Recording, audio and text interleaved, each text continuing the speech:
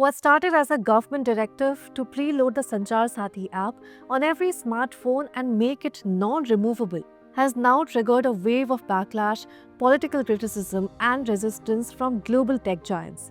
And today, the government has moved to clarify its stand. So, what is the Sanchar Sathi app and why did the government issue a clarification on its use? Sanchar Sathi is a government-developed cybersecurity app designed to make your phone safer.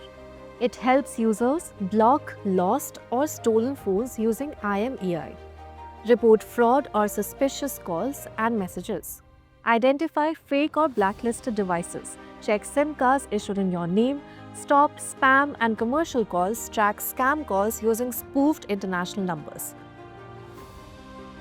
Now, a few days ago, the government issued a directive that all new smartphones sold in India must come pre-installed with the Sanchar Sathi app and that it must be non-removable.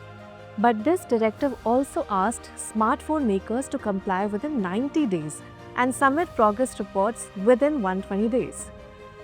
But after public concerns and political criticism, Union Minister Jyotiraditya Scindia clarified that users can delete it if they don't want it.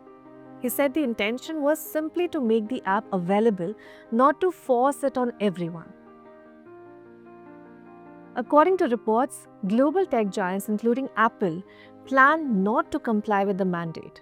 Why? Because Apple's global policy does not allow third-party or government apps to be preloaded, as this may compromise the privacy and security ecosystem it controls.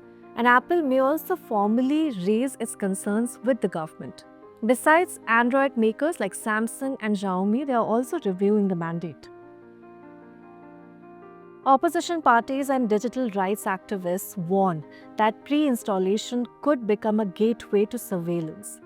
The Congress called it a spying tool, with Party General Secretary Priyanka Gandhi Vadra saying it threatens the constitutional right to privacy under Article 21.